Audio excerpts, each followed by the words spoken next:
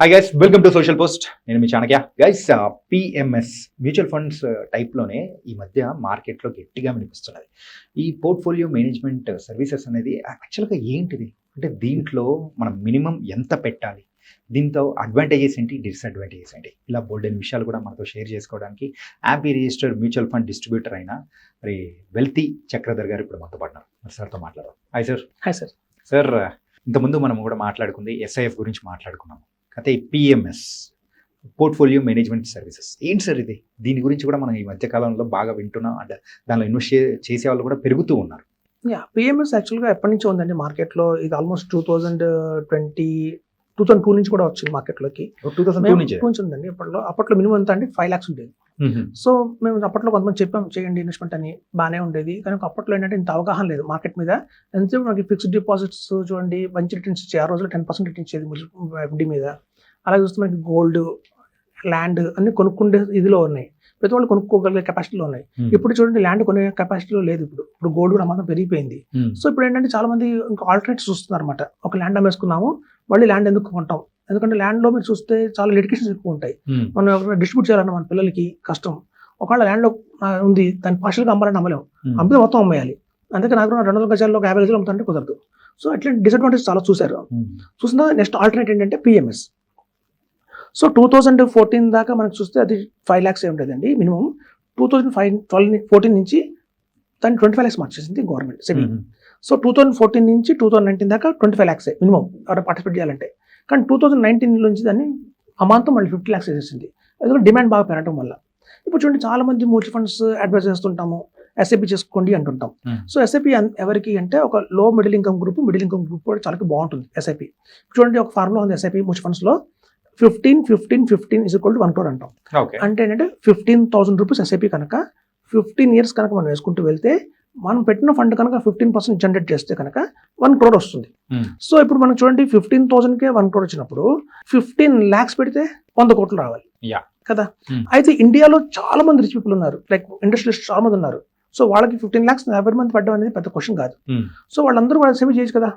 SIP చేస్తే మరి వాళ్ళకి 100 కోట్లు వస్తాయి కదా. మరి 100 కోట్లు అంటే వాళ్ళకి పద్ధతే ఆ కేటగిరీకి, కానీ చేయట్లేదు. ఎందుకు అంటే there is something wrong in the SIP. So ఎస్ఐపిలో కంటే కూడా ఇంకా ఏదో బాగుంది. అదే పిఎంఎస్, పోర్ట్ఫోలియో మేనేజ్మెంట్ సర్వీసెస్. ఇదేంటంటే ఇప్పుడు చూడండి మ్యూచువల్ ఫండ్స్ అనగానే మనకి ఎలా ఉంటుందంటే ఒక్కొక్క ఫండ్లో వచ్చేసి ఒకదాని ఫండ్ తీసుకోండి 80 stocks ఉంటాయి, 90 stocks ఉంటాయి. ఎందుకు అంటే మ్యూచువల్ ఫండ్స్లో మీకు ఎక్కడ కూడా మినిమం అనేది లేదు. 1000 రూపీస్తో ఎస్ఐపి స్టార్ట్ చేయొచ్చు. ఎవరు లంసంగా పెట్టారంటే 10,000 పెట్టచ్చు. సో మనం మొత్తం ఆల్ ఓవర్ ఇండియాలో అటు పైన జమ్మూ కాశ్మీర్ నుంచి కింద కేరళ వరకు తీసుకున్నా కూడా, ఈస్ట్ వెస్ట్ నార్త్ తీసుకున్నా కూడా కొన్ని వేలలో ఇన్వెస్టర్స్ ఉన్నారు, కోట్లలో ఉన్నారు ఇప్పుడు ఇన్వెస్టర్స్, పెరిగిపోయారు కూడా. సో కోట్లలో మంది ఒక ఫండ్ మీద క్రేజ్ వచ్చేసి ఆ ఫండ్ ఇన్వెస్ట్మెంట్ చేసుకుంటూ వస్తుంటే ఆ ఫండ్లో ఉన్న కార్పస్ ఇవాళ 1 lakh crore దాటిపోయింది. చాలా ఫండ్స్ ఇవాళ ఇండియాలో 1 lakh crore టచ్ అవుతున్నాయి. 50,000 crore అబోవ్ ఫండ్స్ కూడా చాలా ఉన్నాయి. ఇంకా 25,000 crore అబోవ్ అయితే మనం చెప్పనే అక్కర్లేదు. సో ఎప్పుడైతే ఫండ్ మేనేజర్ దగ్గర వాల్యూమ్ ఆఫ్ అమౌంట్ వస్తుందో, బాగా వచ్చేస్తుందో, ఆయన చేతుల్లో ఏంటంటే ప్రతి ఒక్క రూపాయి ఇన్వెస్ట్మెంట్ చేయాల్సిందే. మేము పెట్టుకుంటామంటే కుదరదు. దానికోసం వాళ్ళు స్టాక్స్ కొనుక్కుంటూ వెళ్ళాలి. అందుకని ఏమైందంటే ఇవాళ ఒక టైంలో మ్యూచువల్ ఫండ్స్లో 30 stocks కొనేవాళ్ళు ఇవాళ పబ్లిక్ వల్ల అమౌంట్ వచ్చేసి ఎస్ఐపి రూపంలో కానివ్వండి, లంసమ్ రూపంలో కానివ్వండి, ఇలా సిస్టమేటిక్ విత్డ్రాయల్ ప్లాన్ రూపంలో కానివ్వండి, అట్లే ఏదైనా ఏ ఫామ్లో వచ్చినా కూడా వాళ్ళు స్టాక్స్ కొనాల్సిందే. అలా స్టాక్స్లో కొన్నప్పుడు రూల్స్ ఉంది. 10% కంటే ఎక్కువ పెట్టకూడదు, 5% కంటే ఎక్కువ పెట్టకూడదు అని చాలా రూల్స్ ఉన్నాయి. సో ఇన్ని రూల్స్ వల్ల ఏమైందంటే ఆ వచ్చిన ఆ ఫండ్ మొత్తం కూడా డైవర్సిఫికేషన్ చేయడం కోసం 80-90 stocks పెడుతున్నారు. సో అలా 80-90 stocks పెట్టినప్పుడు ఏంటంటే వాళ్ళకి తెలిసిపోతుంది ఏంటంటే ఇందులో చాలా రాంగ్ చేస్తున్నాం, నేను చాలా తప్పు చేస్తున్నాను, ఈ స్టాక్స్ అవసరం లేదు. నిజం చెప్పాలంటే ఈ 90 stocks లో కూడా ప్రామినెంట్ గా రిటర్న్స్ ఇచ్చేవి 25 ఉంటాయి, కన్షార్ట్గా 25 ఉంటాయి. కానీ ఎక్స్ట్రాడినరీ ఈ లాగ్ అయితే 70 డబ్బు అని వస్తుంది కాబట్టి మనం ఇన్వెస్ట్ చేస్తున్నాం. సో పిఎంఎస్ లో ఏం జరుగుతుందంటే మినిమం 50 lakhs పెట్టింది గవర్నమెంట్. సో మినిమం 50 lakhs పెట్టింది, దాని మీద అడ్వర్టైజ్మెంట్స్ ఉండవు, ఎవరు పబ్లిక్ తెలియదు, ఎవరు అలాంటి వాళ్ళు కన్సల్టేషన్ చేస్తే మేము చెప్తాం ఇలా చేసుకోండి బాగుంటుందని చెప్పి. సో ఎప్పుడైతే మీకు కట్ ఆఫ్ పెట్టేసిందో 50 lakhs అని చెప్పి చాలా మంది తెలియదు కాబట్టి అందులో వాల్యూమ్స్ ఎక్కువ వచ్చే అవకాశం లేదు. ఇప్పుడు ఫర్ ఎగ్జాంపుల్ చెప్తాను, ఒక గుడికి వెళ్ళారనుకోండి, గుడిలో ఫ్రీ లైన్ ఉంటుంది, కొంచెం ఫ్రీ. సో మనకి టికెట్ ఉంటుంది, 500 రూపీస్ టికెట్ ఉంది అనుకోండి. ఆ 500 రూపీస్ టికెట్ లో మీకు ఆ టెంపుల్లో లైన్ లో చూస్తే ఒక 15 మంది ఉంటారేమో, అదే ఫ్రీ లైన్ లో 100 మంది ఉంటారు. సో ఇది కూడా అక్కడే. ఎందుకు మనంటే ఒక రేట్ పెంచుతున్న కొద్దీ కంట్రోల్ చేయొచ్చు పబ్లిక్ ని, అప్పుడు అమాంతం జనాలు ఎక్కువ మంది రారు. సో ఫండ్ మేనేజర్కి ఏంటంటే హార్డ్లీ 5,000 crores 2,000 crores ఉంటాయి. Hmm. ఎప్పుడైతే 5,000 crores 10,000 crores వచ్చాయో అమౌంట్ తక్కువ వచ్చిందో ఆయనకి అన్నెసరీ స్టాక్స్ కొనడం అవసరం లేదు. Hmm. ఈ 150 ఏదైతే మ్యూచువల్ ఫండ్స్ లో ఉన్న 80 స్టాక్స్ లో నుంచే మళ్ళీ ఒక 20 పిక్ చేస్తారు, ఓకే బెస్ట్ పిక్ చేస్తారు. ఇప్పుడు చూడండి, ఫర్ ఎగ్జాంపుల్ చెప్తాను, ఇంకా మంచి కావాలంటే మీ ఇంట్లో ఏదైనా ఫంక్షన్ జరిగింది అనుకోండి, మనం ఒక్క రైతు బజార్కి వెళ్తాం. జనరల్గా రైతు బజార్కి వెళ్ళి ఒక బస్తా వంకాయలు కొనుక్కొస్తాం. సో బస్తా వంకాయలు చూడండి, మీ పుచ్చులు ఎన్ని ఉంటాయి, చాలా ఉంటాయి. అదే మనం సొంతంగా మన కోసం కొనుక్కోవాలంటే మన రైతు బజార్ పోం, పక్క సూపర్ మార్కెట్కి వెళ్తాం. ఆ సూపర్ మార్కెట్లో మనం కొనుక్కుంటే ఎంత 1 kg కొంటాం మహా అయితే, మన ఎరా చీజీగానే. సో అదే డిఫరెన్స్, హోల్సేల్కి రిటైల్కి అదే డిఫరెన్స్. ఇక్కడ మ్యూచువల్ ఫండ్స్లో ఏంటంటే బల్క్గా కొనేస్తాం, అందులో మీకు ఎన్ని ఉంటాయో ముదిరిపోయిన ఉంటాయి, పుచ్చుకుంటాయి. కానీ మనం ఎప్పుడైతే క్వాంటిటీ తగ్గించుకుంటున్నామో క్వాలిటీ వస్తుంది అనమాట. సో అలా క్వాలిటీ రావడం వల్ల మనకి ఇందులో ఎక్స్ట్రాడినరీ రిటర్న్స్ వస్తాయి. అయితే చాలా మంది అంటారు ఏంటంటే 25 స్టాక్స్ కొంటున్నారు కదా, రిస్క్ కూడా ఎక్కువ ఉంటుంది కదా దానివల్ల. ఈ 25 స్టాక్స్ కనీసం 5 స్టాక్స్ పనిచేయకపోయినా కూడా రిటర్న్ పడిపోతుందేమో అన్న భావన సామాన్యంలో ఉంది. యాక్చువల్గా రిస్క్ అనేది ఎప్పుడు ఉంటుందంటే, వాళ్ళ 25 lakhs తీసుకొని 25 స్టాక్స్ కూడా పర్టికులర్ ఒకటి సెక్టర్ కొన్నారనుకోండి, రిస్క్ ఎక్కువ ఉంటుంది. కానీ ఇందులో అలా చేయట్లేదు, ఇందులో కూడా అన్ని సెక్టర్స్ కవర్ చేస్తున్నారు.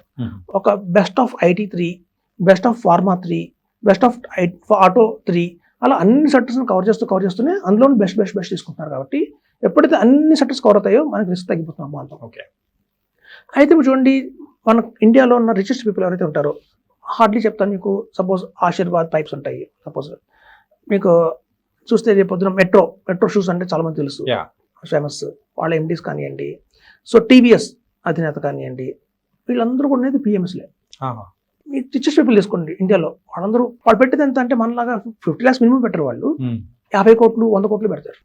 సో ఇప్పుడు 50 లక్షలు నాకు రిస్క్ అయినప్పుడు 100 కోట్లు కూడా ఆయన రిస్కే, ఆ స్థాయికి 100 కోట్లు కూడా రిస్కే. కానీ వాళ్ళు పెడుతున్నారు కదా అంటే అందులో పెద్ద రిస్క్ లేదు. ఈవెన్ మిత్ మార్కెట్లో ఏంటంటే చాలా మిత్ ఉంటుంది, ఎక్స్పెన్స్ రేషియో ఎక్కువ అని చెప్పి.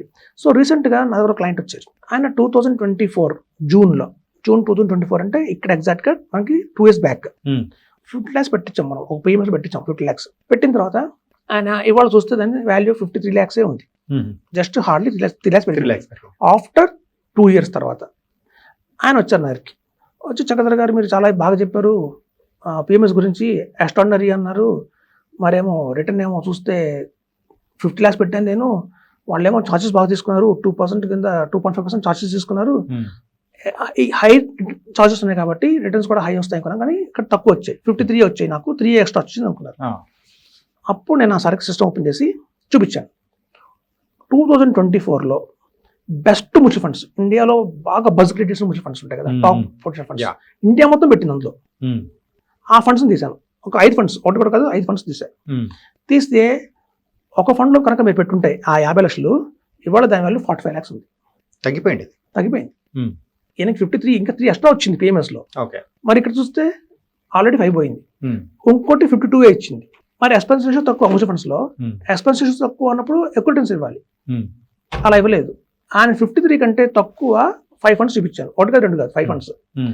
జనరల్గా మ్యూచువల్ ఫండ్స్ మనం ఏం చేస్తామంటే, ఒక 50 lakhs ఉంటే కనుక ఒకటే ఫండ్లో పెట్టాం, 10 lakhs డైవర్సిఫై చేస్తాం. అలా 5 ఫండ్లలో పెట్టి యావరేజ్ తీసుకున్నా కూడా ఆయనకి 46 lakhs వచ్చింది, 49 వచ్చింది. సో అప్పటికి 4 lakhs తక్కువే ఉంది. అప్పుడు నాకు అర్థమైంది, మ్యూచువల్ ఫండ్స్ కంటే కూడా PMS కరెక్ట్. చూడండి, ఎప్పుడు మనం చెప్తూ ఉంటామో వాళ్ళు వింటే ఒక 50% వాళ్ళకి అవగాహన వస్తుంది. ఎప్పుడైతే వాళ్ళ కళ్ళతో వాళ్ళు చూస్తారో అప్పుడు 100% వాళ్ళకి కాన్ఫిడెన్స్ వస్తుంది, ఇది రాంగ్, ఇదే కరెక్ట్ అని చెప్పి. చెప్పడం వల్ల, వినడం వల్ల 50% నాలెడ్జ్ వస్తే, చూస్తే కళ్ళారా 100%. ఇంకా మళ్ళీ లైఫ్లో ఇన్వెస్టర్ దగ్గర గురించి మళ్ళీ అడగడు, అంతే కదా. ఆయన కళ్ళ చూపించాం, చూడండి మ్యూచువల్ ఫండ్స్ కంటే ఇది బెటర్ అని చెప్పి. ఇంకా ఆయన మళ్ళీ ఇంకా నా లైఫ్లో నా తెలిసిన క్వశ్చన్ ఇంకోసారి రాదు, తెలియకపోతే వస్తుంది, తెలిసాక ఓకే నేను కరెక్ట్గానే ఉన్నాను, నా ఇన్వెస్ట్మెంట్ బాగానే ఉంది, సో నేనే రాంగ్ పడ్డాను, మ్యూచువల్ ఫండ్స్ కంటే నిజంగానే PMS బెటర్ అని ఆయన క్లారిటీ వచ్చేసింది. ఇంకా ఆయన ఎప్పుడైతే కాన్ఫిడెన్స్ వస్తుందో ఆయనతో పాటు ఇంకొకరు చెప్తారు, అరే ఇది తప్పుగా ఇది కరెక్ట్ అని చెప్పి. సో ఎప్పుడైనా సరే అండి, మాకు ఇంత కాన్ఫిడెన్స్గా చెప్తున్నాము అంటే because of experience over period of time. ఈ ఎక్స్పీరియన్స్తోనే మాకు తెలిసిపోతుంది. ఎందుకంటే లాస్ట్ 25 years నుంచి నేను PMS చేస్తున్నాను, మ్యూచువల్ ఫండ్స్ చేస్తున్నాను, SIF చేస్తున్నాను, ఇది చేస్తున్నాను, SIF కొత్తగా వచ్చింది అనుకోండి, AIF చేస్తున్నాను. ఇవన్నీ మేము ఎప్పుడైతే సుదీర్ఘంగా చేస్తున్నామో మాకంటూ ఒక ఐడియా ఉంది. మా దగ్గర నెలకి 10,000 వేసుకుంటే ఇన్వెస్టర్ దగ్గర నుంచి 10 కోట్లు పెట్టే ఇన్వెస్టర్ ఉన్నాడు. సో మనం ఇంత రేంజ్ ఆఫ్ ఇన్వెస్టర్స్ మనం కలర్ చూస్తున్నాం. అన్ని కేటగిరీ ఆఫ్ ఇన్వెస్టర్స్ చూస్తున్నాము. రిచ్ వాళ్ళు ఉన్నారు, మిడిల్ క్లాస్ వాళ్ళు ఉన్నారు, లో మిడిల్ క్లాస్ వాళ్ళు ఉన్నారు అని మాకు ఒక ఐడియా ఉంది. వీళ్ళ మైండ్ సెట్ ఎలా ఉంది, వీళ్ళ మైండ్ సెట్ ఎలా ఉంది, Yeah. వీళ్ళని ముందుకు తీసుకెళ్తున్నాం చెప్పి. సో ఆ కాన్ఫిడెన్స్ చెప్తుందండి. PMS is extraordinary PMS. మనం అనుకున్నాం గతంలో మ్యూచువల్ ఫండ్స్లో 1000 మ్యూచువల్ ఫండ్స్ ఉంటాయి, అందులో 30 బాగా పర్ఫార్మెన్స్ చేస్తాయి, రిమైనింగ్ 970 బెస్ట్ అని చెప్పినట్టు ఈవెన్ పిఎంఎస్లో కూడా అండి 256 పిఎంఎస్లు ఉన్నాయి ఇండియాలో. సో అవుట్ ఆఫ్ 256 పిఎంఎస్లు నిజంగా కోటేషన్ చేసేవి హార్డ్లీ 10 ఉన్నాయి, రిమైనింగ్ అంత యావరేజ్గా ఉన్నాయి. Average. సో మనం ఏంటంటే మా రోల్ అదే మ్యూచువల్ ఫండ్స్లో బెస్ట్ ఏవి, పిఎంఎస్లో ఉన్న బెస్ట్ ఏవి, ఏఎఫ్లో ఉన్న బెస్ట్ ఏవి, అలా బెస్ట్ చెప్పడమే మా రోల్. ఓకే. సో మేము ఎవ్రీ మంత్ రీసెర్చ్ చేస్తాం, R&D ఉంటుంది, మాకు టీం ఉంటుంది. సో ఎవ్రీ మంత్ ఇండియాలో ఉన్న అన్ని మ్యూచువల్ ఫండ్స్ని రివ్యూ చేసుకుంటూ వెళ్తుంటాం. అలాగే అన్ని ఎస్ఐఎఫ్లు రివ్యూ చేస్తాం, అలాగే అన్ని పిఎంఎస్లు రివ్యూ చేస్తాం. ఫైనల్గా మాకు ఒక ఇన్పుట్ తీసుకుంటాం. సో మాకు 4 ప్లేసెస్ నుంచి మాకు రిపోర్ట్స్ వస్తాయి. Yeah. అటు గుర్గావ్ నుంచి ఒక రిపోర్ట్ వస్తుంది, బెంగళూరు నుంచి ఒక రిపోర్ట్ వస్తుంది, బాంబే నుంచి ఒక రిపోర్ట్ వస్తుంది, లోకల్గా హైదరాబాద్ నుంచి ఒక రిపోర్ట్ వస్తుంది. ఇట్లా అన్ని రిపోర్ట్స్ మేము పక్కన పెట్టుకొని మళ్ళీ అందులో మళ్ళీ మేము ఫిల్టర్ చేసి ఓకే ఇవి best, so all over India convention చేస్తున్నాం, మాకు ఐడియా ఉంటుంది. ఓకే. సో అలా మనం చెప్పగలుగుతాం. Okay.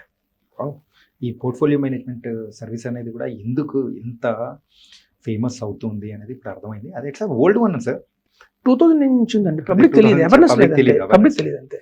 It was nice and thank you so much sir about the PMS. Thank you.